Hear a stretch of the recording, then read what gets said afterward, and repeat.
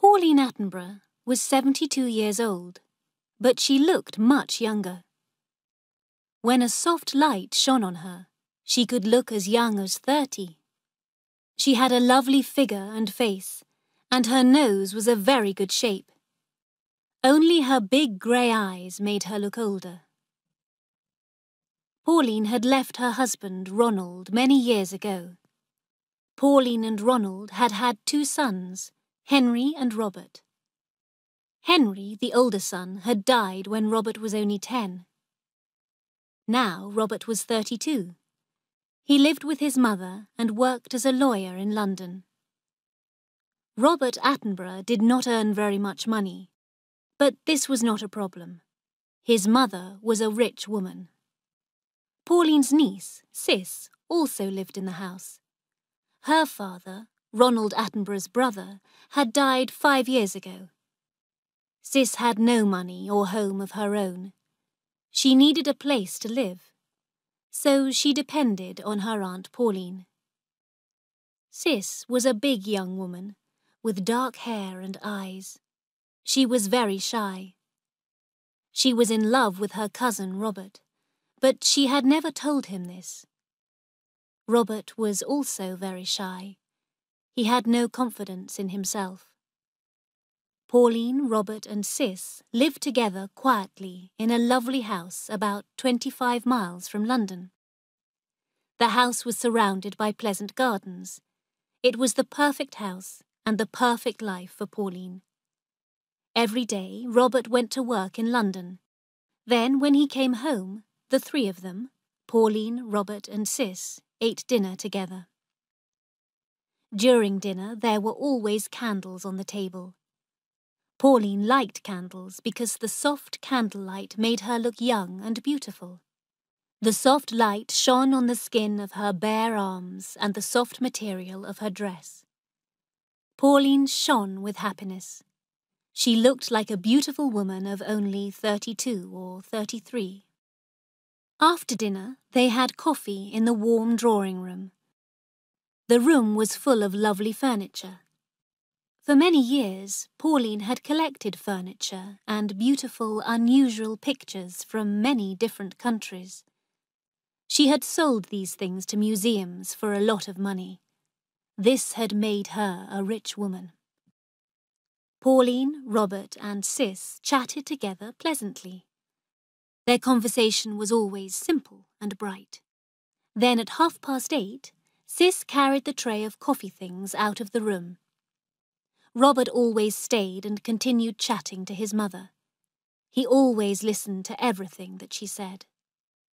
At the side of the house, there was a large courtyard. Cis had a flat just across the courtyard, above the old coach house and stables. Several years ago, a carriage and horses had been in these buildings. Now Robert kept his car in the coach house. Cis did not always go to her flat after dinner. In summer, she sometimes sat outside in the large garden. She listened to Pauline's laughter coming from the drawing room. In winter, Cis put on a thick coat and walked through the garden and down to the little bridge over the stream. She liked to hear the water running under the bridge. She would look back at the lighted windows of the drawing room, where Pauline and Robert were so happy together. Cis loved Robert.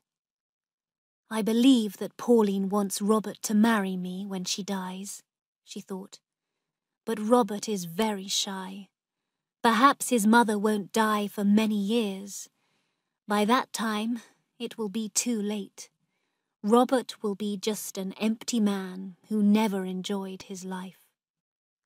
Sometimes, Cis stayed in the dark garden until about 10 o'clock, when she saw the light go on in Pauline's bedroom. Robert usually stayed in the drawing room for another hour, then he would go to bed too. Cis, standing in the garden, wanted to go to him. She wanted to say, "Oh, Robert, this is all wrong."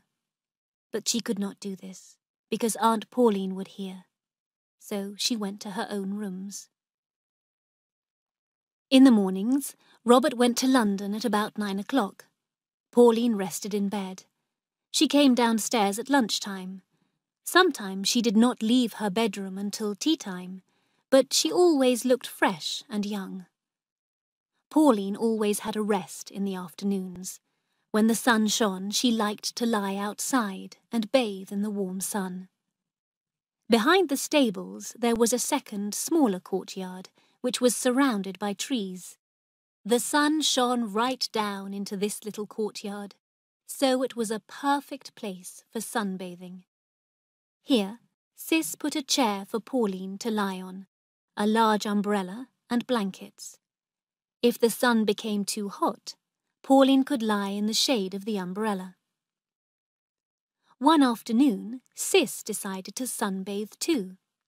She found a ladder and climbed up onto the flat roof of the stables. Then she lay down on a blanket in one corner of the roof.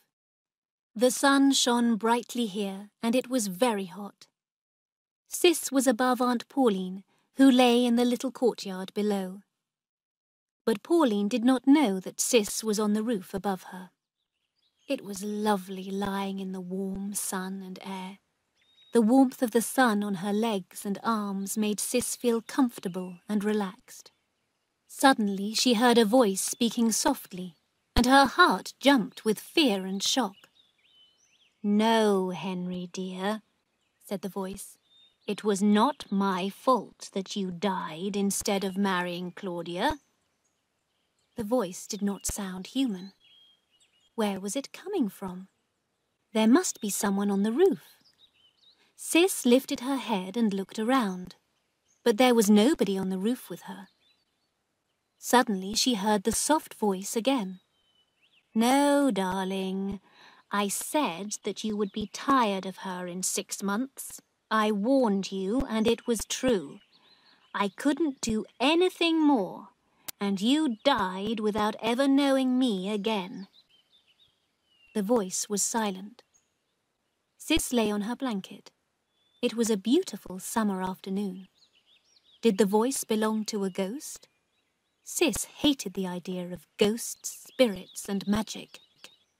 Then she heard a deep sigh, and the strange voice spoke again. Well, a heart must feel pain, but it wasn't my fault, dear. It is better for a heart to feel pain rather than break from sorrow. And Robert could marry poor, boring Sis tomorrow if he wanted to, but he doesn't care about her. Sis sat up quickly. She was very surprised. It was Aunt Pauline talking. It must be Aunt Pauline. Where was she? And how was Sis hearing her strange whispers? Aunt Pauline must be lying right below her, and she must be using a trick to make her voice sound strange.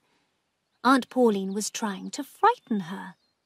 Sis was still afraid, but she was now thinking more clearly. Sis lay down again. She knew the story of Henry, Robert's older brother. Henry had been in love with Claudia, a beautiful young actress, but his mother had been against Claudia and had laughed at Henry.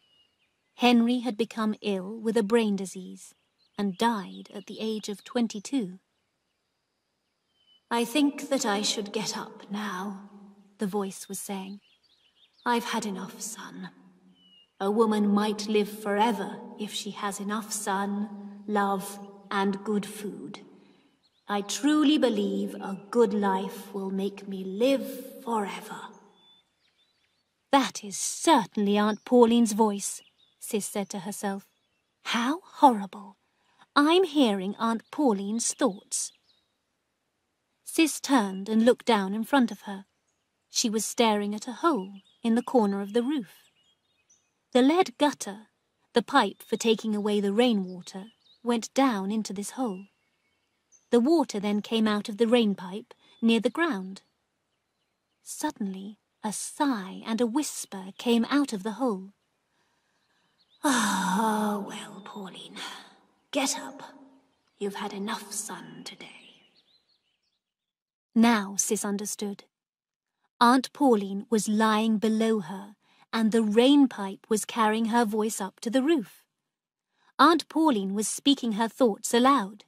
She did not know that the sound of her voice was going up to the roof. So Aunt Pauline was feeling guilty about Henry's death.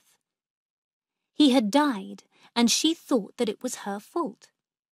Sis believed that Pauline had loved her big, handsome son, Henry, more than she loved Robert. Henry's death had been a terrible shock for Pauline. She only loved Robert because Henry was dead. Sis put on her clothes, picked up her blanket, and carefully climbed down the ladder. As she went down, she heard her aunt calling, "All right, Sis?"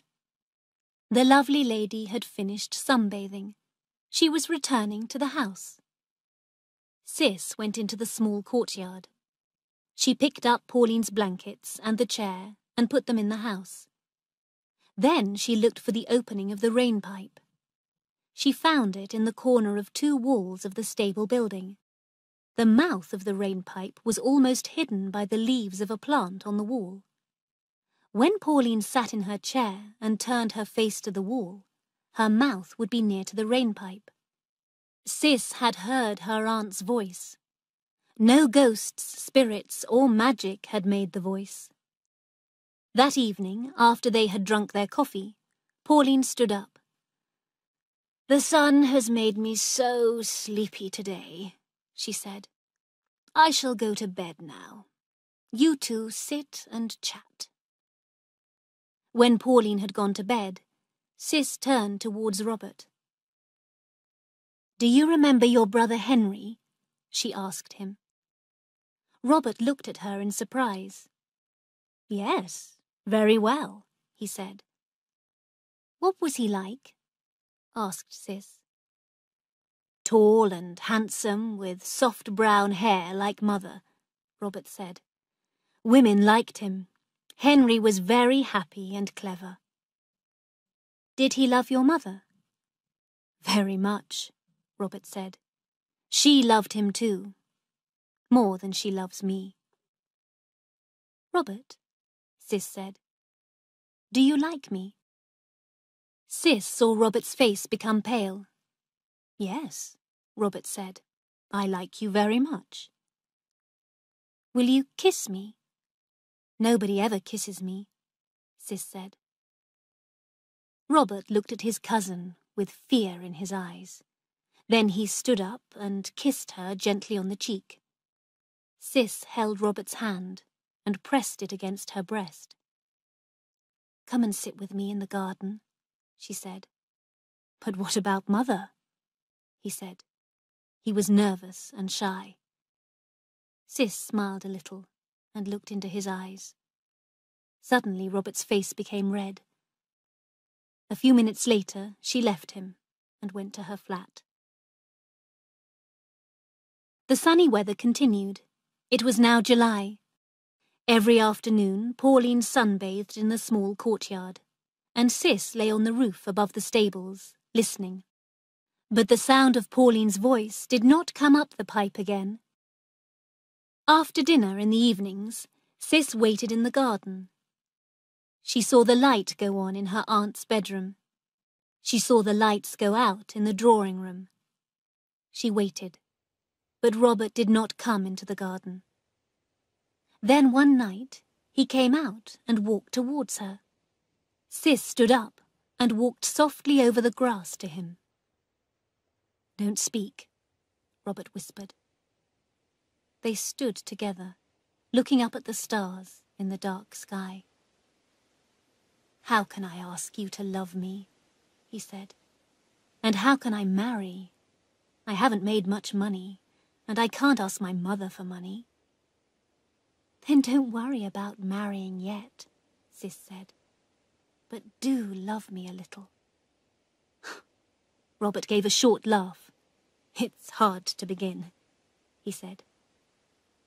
They sat down, and he held her hand. At last she said good night, stood up, and went indoors. The next day, Sis lay on the roof sunbathing. Suddenly she heard her aunt's voice from the hole in the lead gutter. First, Pauline spoke in Italian. Then she spoke in English. "No, Robert, dear," said Pauline's voice. "You will never be the same kind of man as your father. But you look like him. Mauro was a wonderful lover. Mauro, Mauro, how you loved me." The voice stopped speaking. Cis realized that her aunt had a secret. Pauline's husband, Ronald, had not been Robert's father. Robert's father had been an Italian man called Mauro. "I'm disappointed with you, Robert," continued Pauline's voice. "Your father was a priest, but he was the best lover in the world. You are like a cold fish, and Cis is like a cat who is trying to catch you." Cis suddenly put her mouth near the hole in the rainpipe and spoke. "Leave Robert alone," she said in a deep voice. "Don't kill him too." There was a silence. The hot afternoon sun shone on the flat roof of the stables. Cis listened, with her heart beating quickly. At last she heard her Aunt Pauline whisper the words, "Did someone speak?" Cis spoke again into the hole of the lead gutter. "You killed me," she said in a deep, terrible voice. "Don't kill Robert too." "Ah!" said Pauline, giving a little cry. "Who's speaking?" "Henry," said Cis in the same deep voice. There was silence again. "I didn't kill you, Henry," said Pauline. "No, no, Henry, it wasn't my fault. I loved you, my dearest boy. I only wanted to help you." "You killed me," Cis said in the deep voice. "Now let Robert live. Let him go. Let him marry." "Henry," said Pauline, "are you a ghost? Have you come to punish me for your death?" "Yes, I have come to punish you," said Cis, in a terrible, frightening voice. She was very angry with Pauline. She felt that her anger was going down the rainpipe to her aunt. At the same time, she almost laughed. This was a very funny conversation. Cis lay and listened. No sound came from the rainpipe. The afternoon had become cooler. Yellow and grey clouds had covered the sun. There was a roar of thunder. A storm was coming. Cis dressed quickly, went down the ladder, and ran to the corner of the stables. "Aunt Pauline," she called, "did you hear thunder?" "Yes. I am going indoors," her aunt replied in a weak voice. "Don't wait for me." Cis watched her aunt go inside the house. The sky was growing darker.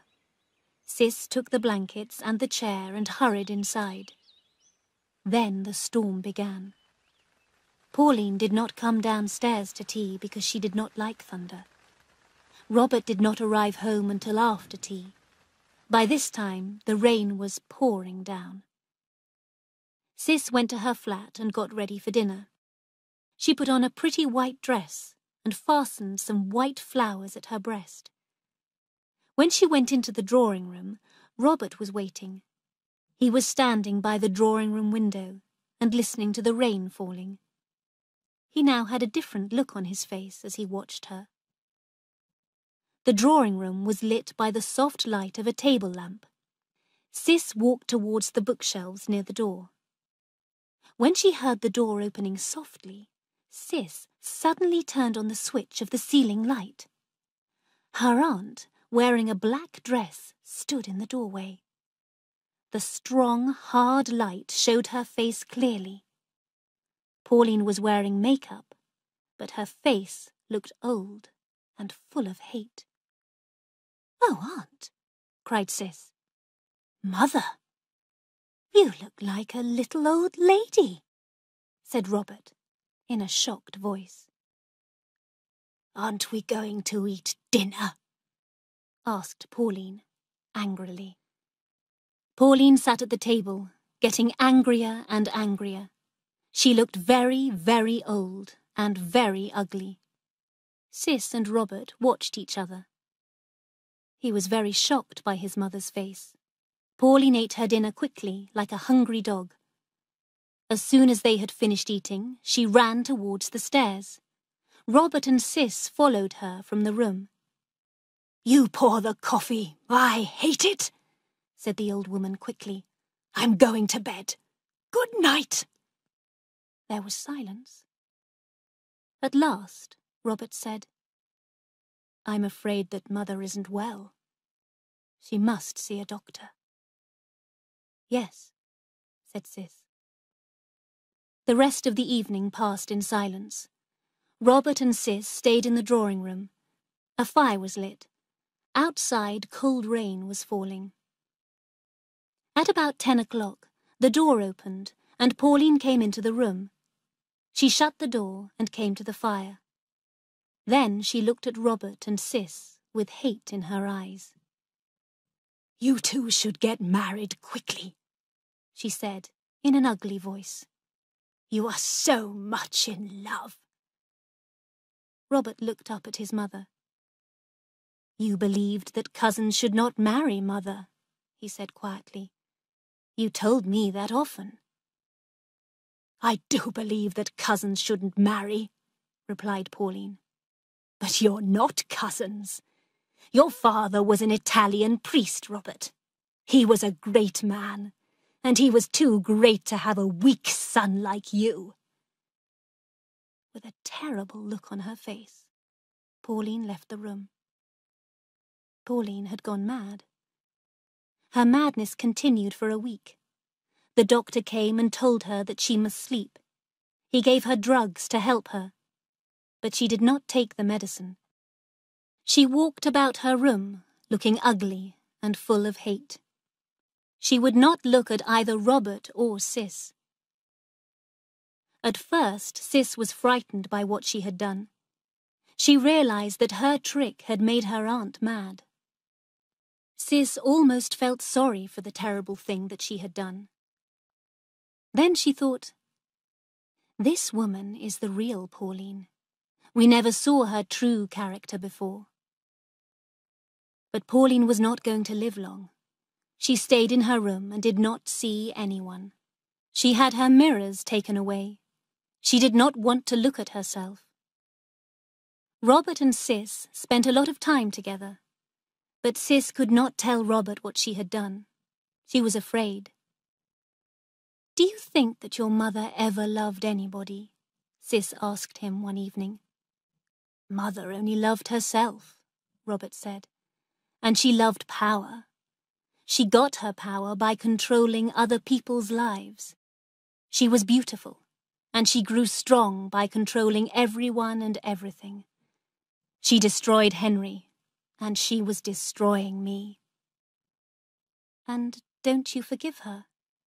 asked Cis. "No, I don't. She took other people's hopes and happiness and destroyed them."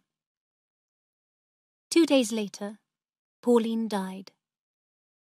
Cis found her dead in her bed. Pauline's heart had become weak, and the drugs that she took were too strong for her. But after her death, Pauline got her revenge on her son and her niece. Pauline Attenborough was a very rich woman, but she left Robert only £1,000, and she left Cis only £100. The rest of her money went to a museum.